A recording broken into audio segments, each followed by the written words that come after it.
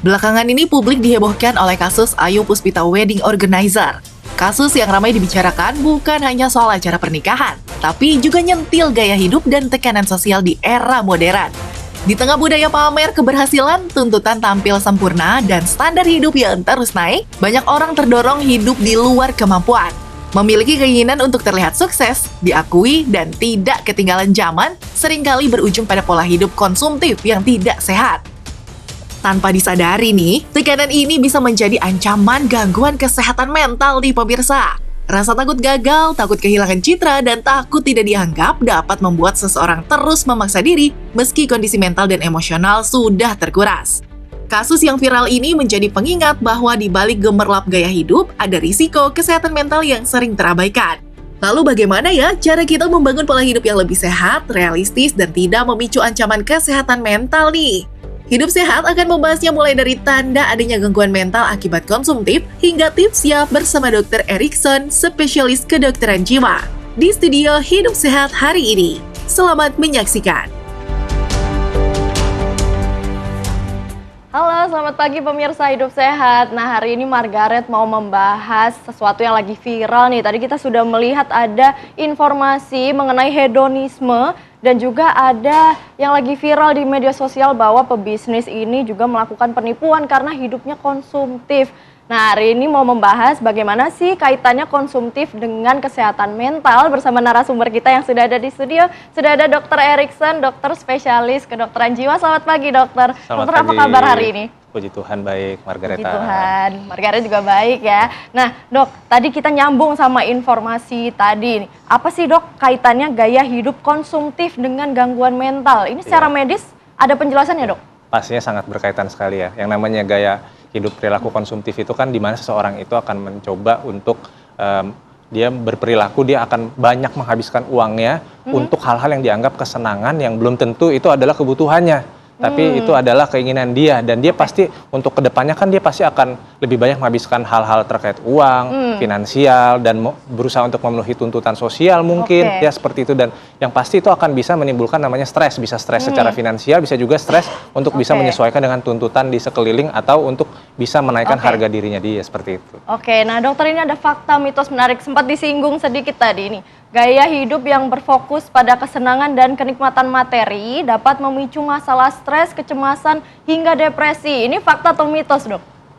Fakta itu. Oke, fakta ya pemirsa. Gimana tuh dok faktanya? Iya, jadi seperti saya sampaikan tadi bahwa dengan seseorang itu berusaha untuk konsumtif ya, dia itu kan pasti ada hal yang ingin dicapai oleh dia. Bisa jadi itu bukan kebutuhan dia, tapi keinginan dia. Misalnya dia setiap hari akan banyak menghabiskan uang ya untuk hal-hal yang kesenangan sesaat, tujuan sesaat. Dengan dia hanya menghabiskan uang saja, itu kan kesenangan sesaat, dan di besok-besoknya pun itu bisa ada keinginan lagi yang baru yang pasti akan menghabiskan banyak uang.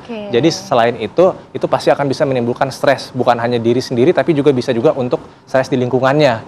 Pasti itu kan akan berdampak kepada orang-orang terdekat dia juga, kalau apalagi kalau yang sudah berkeluarga atau punya tanggungan seperti itu. Jadi kita perlu dulu bedakan apakah ini benar kebutuhan saya, kebutuhan dasar saya, atau memang ini hanya untuk memenuhi tuntutan atau gaya hidup saya saja, seperti itu. Nah dok, tapi kenapa orang ini tidak bisa berpikir logis dok, antara uang yang harus dipakai untuk dirinya sendiri dan juga untuk kebutuhan bersama ataupun diputar? Kenapa dok?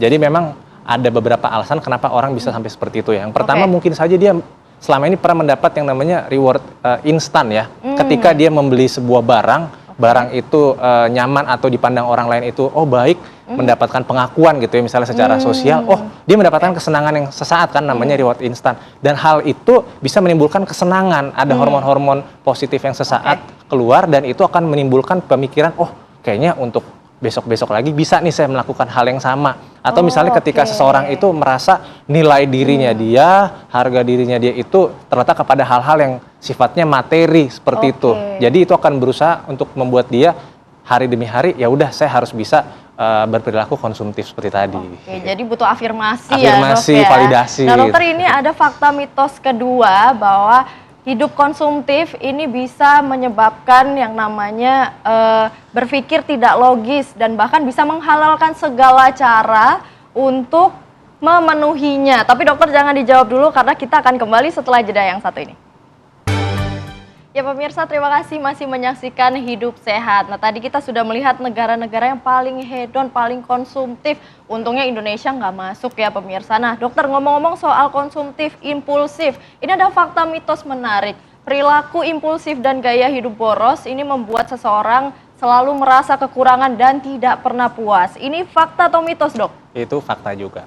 Oke. Gimana dok faktanya? Ya, jadi kan kita tahu nih kalau namanya impulsif itu kan perilaku yang dilakukan berulang-ulang, berulang-ulang untuk tujuan tertentu tanpa memikirkan dampak jangka panjangnya seperti apa. Ya, memang ada sih kepribadian-kepribadian tertentu pada seseorang itu yang bisa membuat seseorang itu melakukan perilaku tadi impulsif. Perilaku impulsif itu banyak. Salah satunya adalah tadi yang belanja berulang-ulang sampai menghabiskan uangnya ya. Nah pertanyaannya tadi bagaimana perilaku konsumtif ini bisa membuat seseorang itu jadi apa tadi? Merasa tidak puas. Merasa tidak puas. Selalu kurang nih. Iya, karena tadi seperti disampaikan ada yang namanya reward instan ketika dia bisa membeli ya, apalagi sekarang kan udah banyak tuh gampang sekali dapat pinjaman ya, pinjaman-pinjaman online. Gampang kan dia untuk membeli barang yang dia inginkan itu. Mungkin dia akan merasa puas hari itu, tapi kan untuk kedepannya lagi tuh akan perilaku impulsif akan berulang lagi. Besok saya perlu lagi yang lain, besok saya perlu lagi yang lain. Nah itulah akan membuat seseorang itu merasa tidak puas dan itu akan menimbulkan stres. Stresnya itu bisa stres dalam pikiran emosional, bisa juga stres secara finansial seperti itu.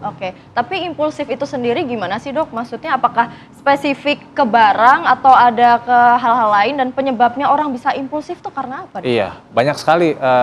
Perilaku impulsif itu salah satunya adalah tadi beli-beli barang, bisa juga makan secara berlebihan. Juga bisa, iya, banyak sekali perilaku-perilaku yang pada dasarnya berulang-ulang terus. Apapun itu bisa dikatakan namanya adalah impulsif. Seperti itu. Dok, apakah perilaku impulsif ini bisa mempengaruhi kesehatan fisik juga, dok?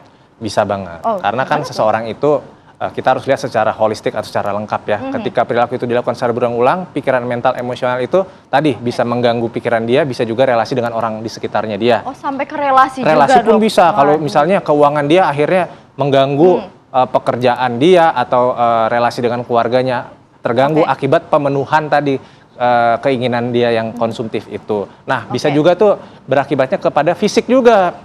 Iya, ketika merasa tidak nyaman, tidak mendapatkan apa yang dia inginkan, kan bisa jadi kayak sakit kepala, ya gejala-gejala psikosomatik itu bisa muncul, bisa juga orang jadi susah tidur karena kepikiran terus. Contohnya kepikiran seperti belum itu. check out kali ya dok ya, belum lunas jadi nih banyak bayarannya. banget gejalanya, bisa dari sisi mental emosional, bisa juga dari fisik. Nah pemirsa itu tadi perilaku impulsif dan juga konsumtifnya. Dan nanti pemirsa kita akan menjawab pertanyaan Instagram dari para pemirsa yang sudah drop pertanyaan di Instagram @hidupsehat setelah jeda berikut. Pemirsa, Anda kembali menyaksikan Hidup Sehat. Nah, sesuai janji kita tadi, kita akan menjawab pertanyaan paling menarik dari para pemirsa yang sudah komen dan drop pertanyaan di Instagram @hidupsehat_tv1.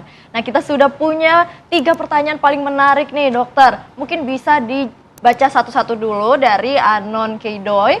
Dok, mau tanya dong, jika saya sedang capek atau down, saya harus recovery dengan cara melakukan kegiatan outdoor atau membeli barang-barang baru yang saya sukai. Nah, kebiasaan seperti itu apakah benar-benar dapat meningkatkan kebahagiaan atau justru menambah tekanan psikologis? Kemudian yang kedua ini dari Chicken Lover, nih kayak suka ayam ya. Hai dok, mau nanya, jika gaya hidup konsumtif dapat mengganggu kesehatan mental, apakah itu juga termasuk dapat mengubah perilaku dan cara berpikir kita? Dan yang terakhir dari XAA Cheats, pagi dok, izin mau bertanya, faktor lingkungan atau pertemanan yang hedon pengaruh nggak sih dok sama perilaku konsumtif? Terima kasih. Oke dok, ini bisa dijawab nih satu-satu dok. Pertanyaan pertama ya, yang pertanyaan pertama tentang apakah kalau kita misalnya ketika lagi down kita membeli barang-barang yang kita suka, nah kalau memang untuk menambah kesenangan sementara itu sebenarnya tidak apa-apa, tapi kita harus lihat dulu azas kebermanfaatannya, apakah memang itu bermanfaat ataukah memang itu justru akan menghabiskan banyak uang dalam kita membeli sebuah barang itu. Nah, kalau memang itu dilakukan sekali-sekali nggak apa-apa, tapi kan jangan sampai kita menaruh kayak kebahagiaan, rasa senang kita itu selalu kepada benda-benda eksternal. Itu bisa menjadi sebuah tekanan mental tuh. Karena untuk kedepannya akan terjadi kalau kita tidak mendapatkan barang-barang eksternal, insentif barang-barang itu, kebahagiaan kita tidak ada. Karena kita dilandaskan atas tadi barang-barang eksternal seperti itu. Berarti jangan sampai jadi pola ya, jangan jadi pola, tapi kalau sekali-sekali, saya lagi rasa down nih, misalnya banyak kerjaan, banyak tekanan, ya udahlah saya beli apa barang barang apa, misalnya saya mau beli entah kayak handphone baru atau beli barang-barang yang saya masih mampu, itu tidak apa-apa Untuk sekali-sekali. refreshing ya dok ya? Wajar, saya juga kadang-kadang juga seperti itu juga. Juga sih dok Sama ya. Oke, yang kedua nih dok, apakah kita bisa merubah perilaku dan cara berpikir kita? Gitu dok. Jika gaya hidup konsumtif, oh betul sekali. Karena ketika seseorang itu sudah menerapkan gaya hidup konsumtif, itu pasti akan mempengaruhi pikiran dia bahwa saya itu tidak pernah merasa puas, akan ada lagi suatu hal keinginan-keinginan saya yang lain yang hari ini mungkin bisa beda dengan besok. Itu kan pasti akan mengubah perilaku pikiran dia, dan perilaku itu kan biasanya akan mengikuti dari pikiran kita. Iya, betul, kalau pikiran kita udah merasa kebahagiaan saya, kesenangan saya kalau saya beli-beli barang terus, perilakunya pasti akan mengikuti.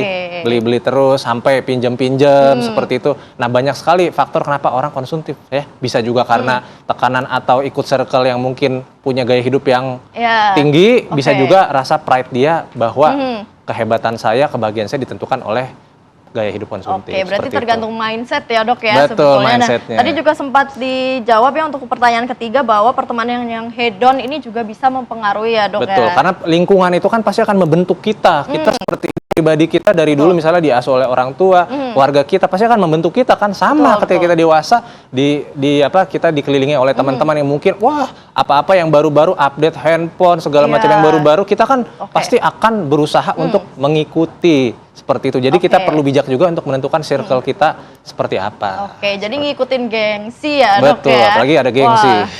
Apalagi anak-anak muda nih ya dok ya, kalau misalnya punya circle jangan ngikutin gengsi. Nah dok, ini ada nggak sih terapi untuk mengobati gaya hidup yang konsumtif atau rasa yang tidak pernah puas sih dok? Ada terapinya nggak tuh? Jadi ada beberapa hal yang perlu kita lakukan ya. Tidak selamanya tuh gaya hidup konsumtif harus berobat dulu, nggak harus. Kita bisa lakukan self therapy dulu yang bisa kita lakukan. Yang pertama kita ubah dulu pola pikir kita. Kita tanyakan dalam diri, apakah perilaku yang saya lakukan ini, beli-beli barang berlebihan itu memang kebutuhan saya, apakah memang sebatas keinginan dasar saja, keinginan saja. Kita perlu bedakan terus kita juga perlu untuk membuat skala prioritas dalam hidup kita sebagai seorang dewasa.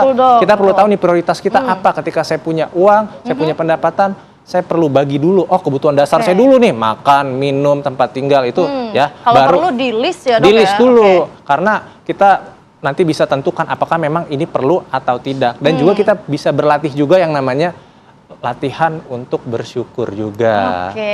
Bersyukur itu dengan kita bersyukur, kita tahu kita apa yang kita dapatkan saat ini, yang dipercayakan dalam hidup kita itu ya kita nikmati. Seperti itu. Jadi dengan kita bersyukur, kita akan pelan-pelan tuh akan hilang rasa untuk membandingkan diri.